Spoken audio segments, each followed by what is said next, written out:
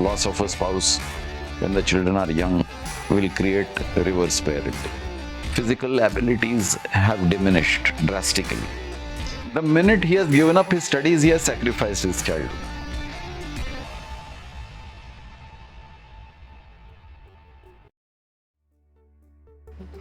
We hear of children parenting their parents. So in case of a loss of a spouse, we hear of children becoming the support structure for the parent. So something like a reverse parenting. What would you like to say about that? Not necessarily true. Sometimes when the children are young and the spouse passes away, the other spouse takes the dual responsibility of still being the parent of the children. So it's not a rule that loss of a spouse when the children are young will create reverse parenting. No, it's not a rule, certainly not a rule. But there are cases where we see that. Yeah, occasionally it happens, especially when the remaining person who is left behind, the adult, is not a very strong individual. So let's say that it's a non-working mother in the house and the father dies. Then maybe one of the eldest child starts earning because the mother is incapable of earning, or the mother has never worked, and so the child gives up his education and he starts earning. I would still not call it reverse parenting because he is not doing the duty of what the parent would do.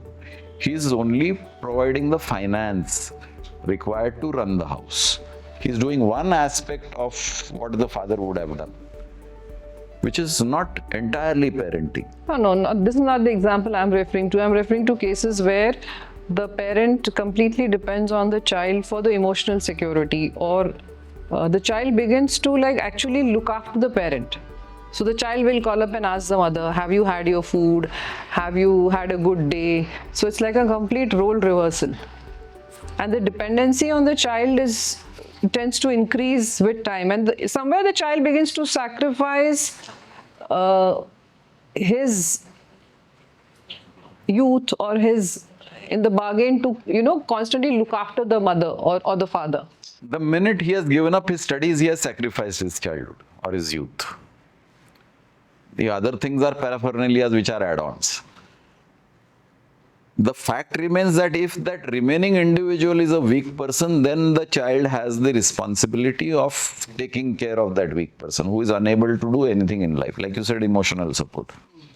अब मेरा आसमान टूट गया, मेरी जिंदगी बर्बाद हो गई. If that person is going to live in this mode, then you need somebody to pep that person up, to take care, mollycoddle.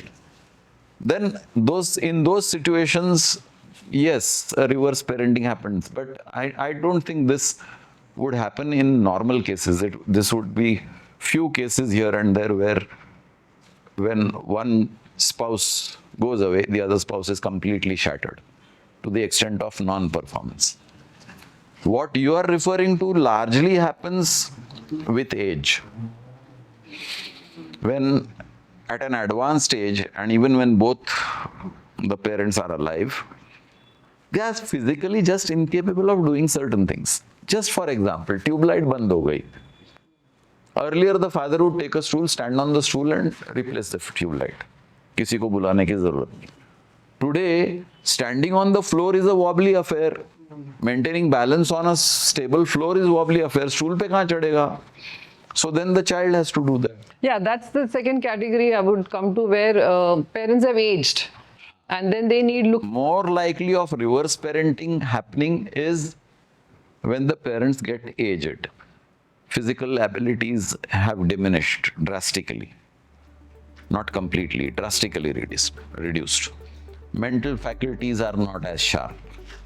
So everything is sort of slow motion or delayed action.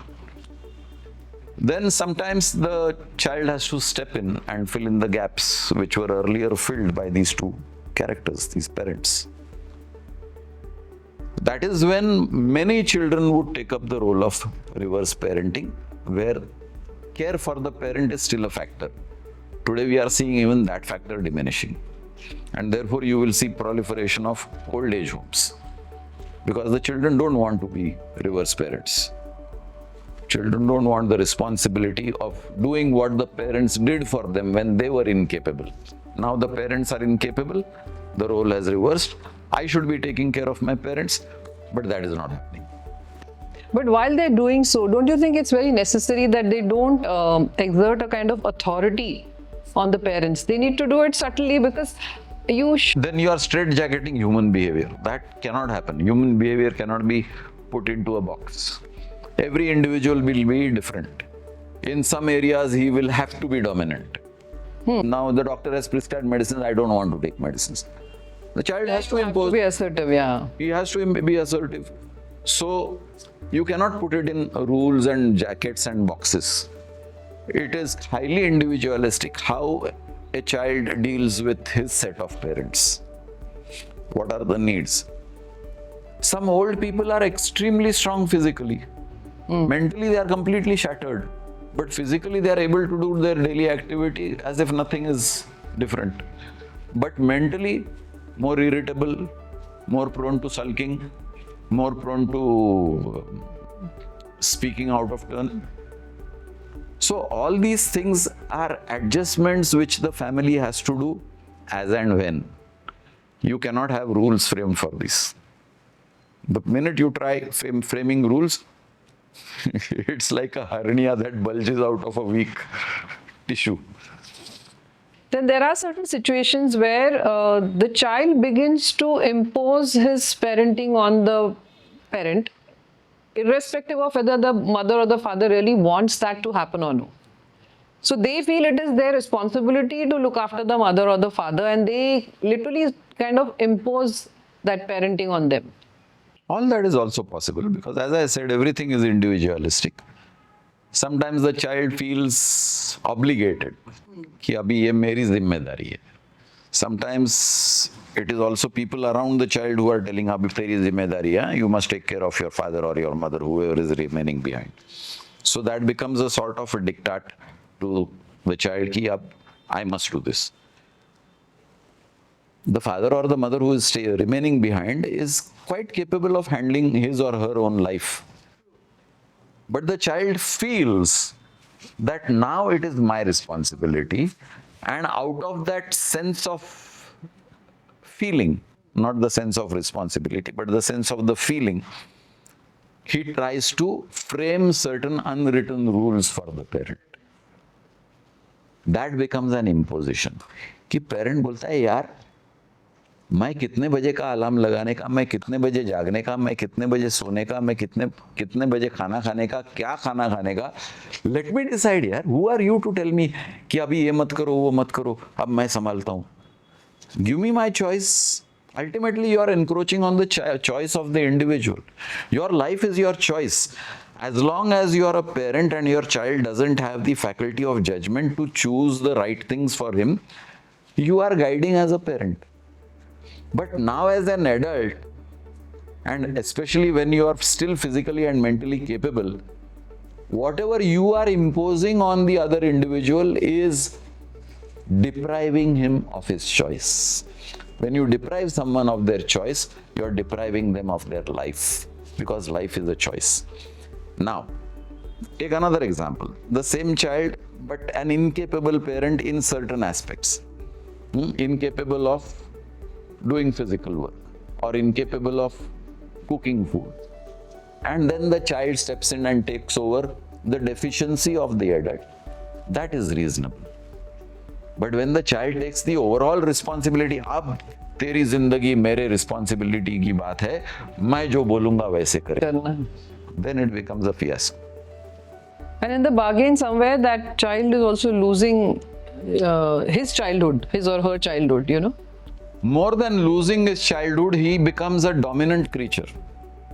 And then it is not only reflecting on the parent, it is also going to reflect on his family. All other relationships, yeah, that's true. So these dangers, that's why I said it's not a subject that can be put into rules, frameworks, brackets. They are highly individualistic subjects. Overall, it's a subject of life. People don't understand what life is all about. And because there is no formal education on the subject called life, people have a hazy idea of what life is. And then whatever that hazy idea is gets sharply edged by the society. And that hazy idea becomes a concrete structure, and that concrete structure is not the real structure, and therefore it's a misfit. Most of our lives are misfits. So for someone who has got used to this imposing themselves on their parents, if ever they are told or they realize on their own that they're doing this which is probably not essential or not necessary all the time, how can they pull themselves out of this role, or how do they work on themselves to stop doing what they're doing? There are 3 or 4 dimensions to this subject. One is, as you said, self-realization, that I'm imposing, or somebody telling that you are imposing, or the person who is being imposed upon is telling कि तू interfere कर रहा है मेरे choice से. Yeah? So these dimensions need to be addressed. You will notice that in most families, communication is inadequate. This whole subject is failure of communication between family members. Communication happens in a highly charged emotional environment. Communication does not happen in a conversational manner. True, very true. Yeah. तू समझती नहीं है, मैं तेरे लिए इतना कर रहा हूँ, कभी से बोल रहा हूँ ऐसे मत करो, फिर भी तू ऐसे ही कर रही है. Is a highly charged emotional statement. Then the person is going to respond equally in an emotional manner. There is no conversation happening. And when there is no conversation happening, listening is not happening. And when there is no listening happening, correction doesn't happen. So first thing is, we must learn how to be conversational in a family. We are conversational outside our family. Family, true. We are not conversational inside the families. So the whole subject, your question is, how do you address this? Learn conversations, learn communication. Again, a subject not taught in schools and colleges, taught in management schools.